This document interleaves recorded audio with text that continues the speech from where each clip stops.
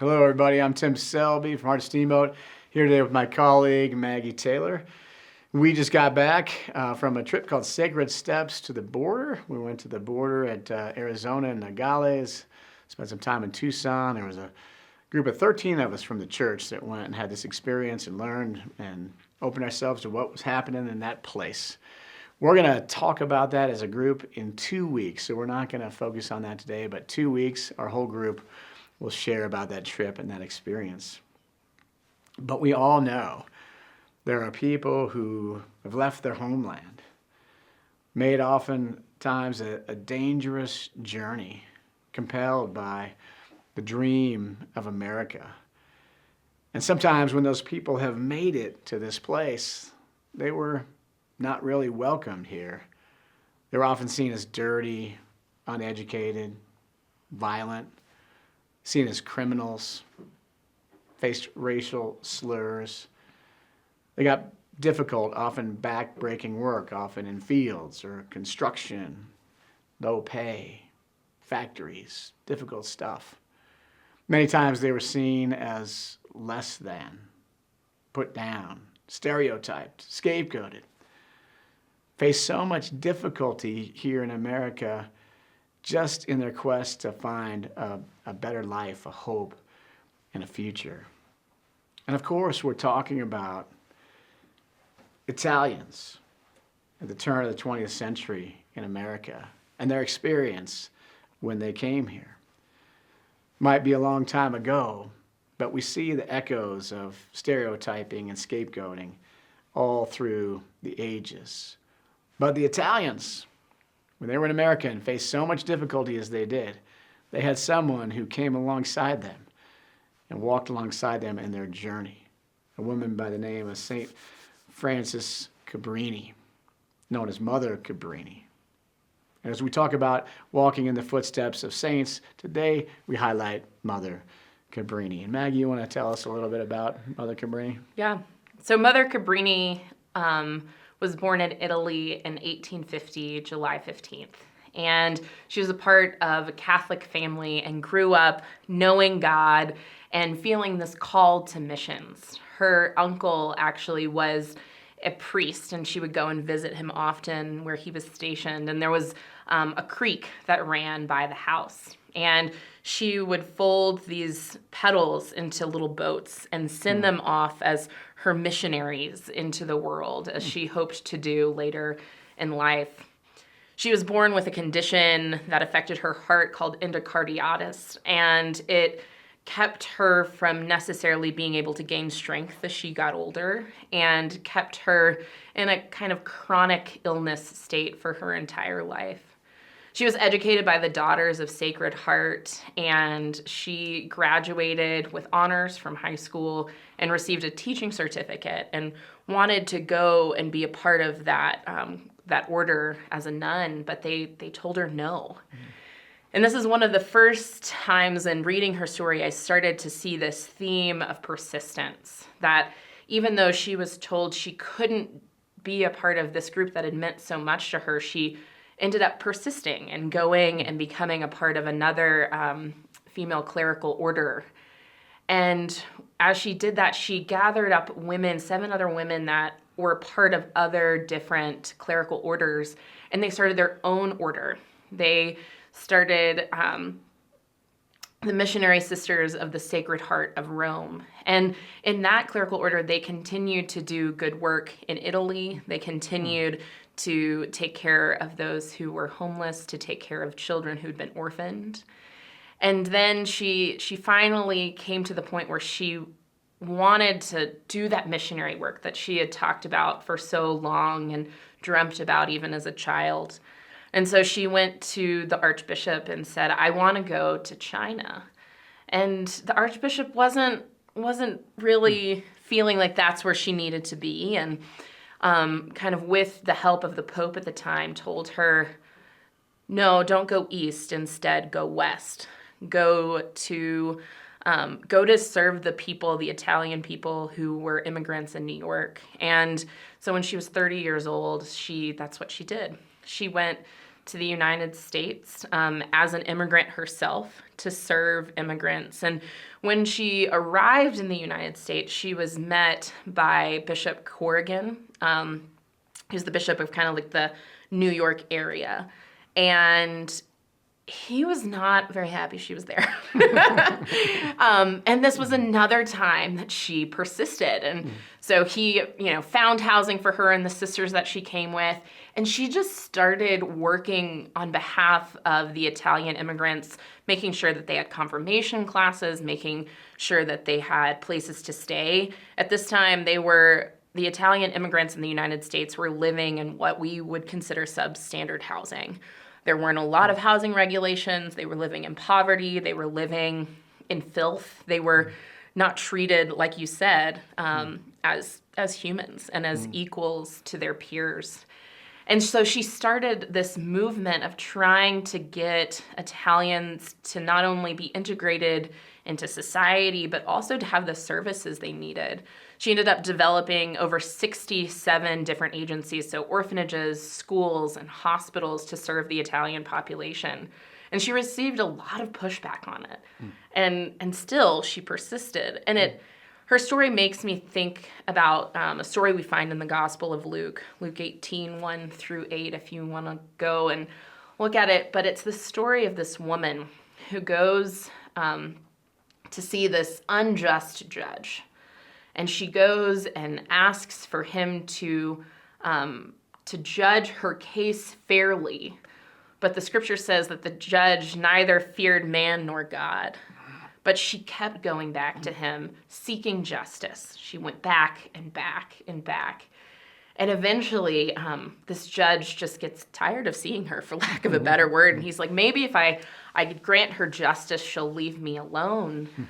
And so he does. He grants her justice. And I see that persistence in Mother Cabrini's story of seeking out the justice that she knew God had called her to seek out for the Italian immigrants, and continued to spread that out to other immigrants as well.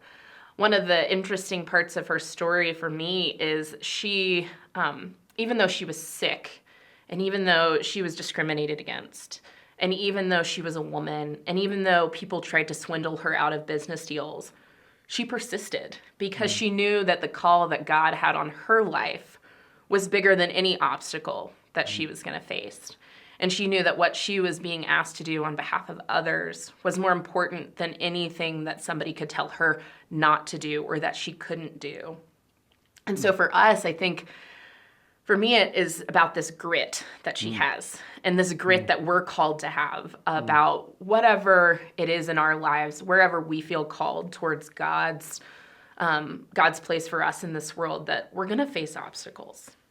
I mean, it might be our health, it might be our social status, it might be where we come from, our immigration status, it might be how we were raised. But no matter what those obstacles are, that the grit that we have, that's a part of, just our souls that lives within us, can overcome that to do really great things and really amazing things. The number of lives that she transformed is not only seen in her sainthood, but also in her recognition, even in the state of Colorado, as a really important figure in transforming the lives of immigrants across the country, even in her short 67 years. So when you read her story or hear her story, what moves you? Yeah, well, thank you for that nice kind of recap of her life. That's great. I've known a little bit about Mother Cabrini growing up in Denver. Many of you have passed the Mother Cabrini Shrine 1,000 times as you drive down Mount Vernon Canyon there into Denver on I-70. You can see the statue off to the side there. That statue is actually a statue of the Sacred Heart of Jesus, a 22-foot statue of Jesus in that place. And Mother Cabrini loved the mountains of Colorado, so I love her because she loves the mountains of Colorado. And she loved those foothills just to the west of Denver, established an orphanage in that place. She came to Colorado to work with the miners, the Italian miners who were working in the mines here, doing that difficult work. And I'll talk a little bit more about what she did there in a moment. But so just knew a little bit about her, but in these last couple of weeks, thinking about talking about her and digging into it a little bit, my heart's really kind of grown to appreciate her life even more and her ministry and her work. There's a movie called Cabrini I saw a little while back on the airplane. You can get it on Amazon, $5.99. I would highly recommend that you watch this movie. It really is a well-done movie. Give you really a sense of the struggle that those Italian immigrants faced, and a sense of the beauty of the work that she did, establishing that religious order. When she was 30 years old, she established that order. And when they came to America, her and 6 of her sisters came over on a boat. And when they got here, they had little support. They struggled with the language barriers. They faced poverty. They faced prejudice. But as you said, she had grit. She didn't shrink away from this challenge, but she dug into it. She relied on her faith and her desire to care for and love those people that she was called to serve.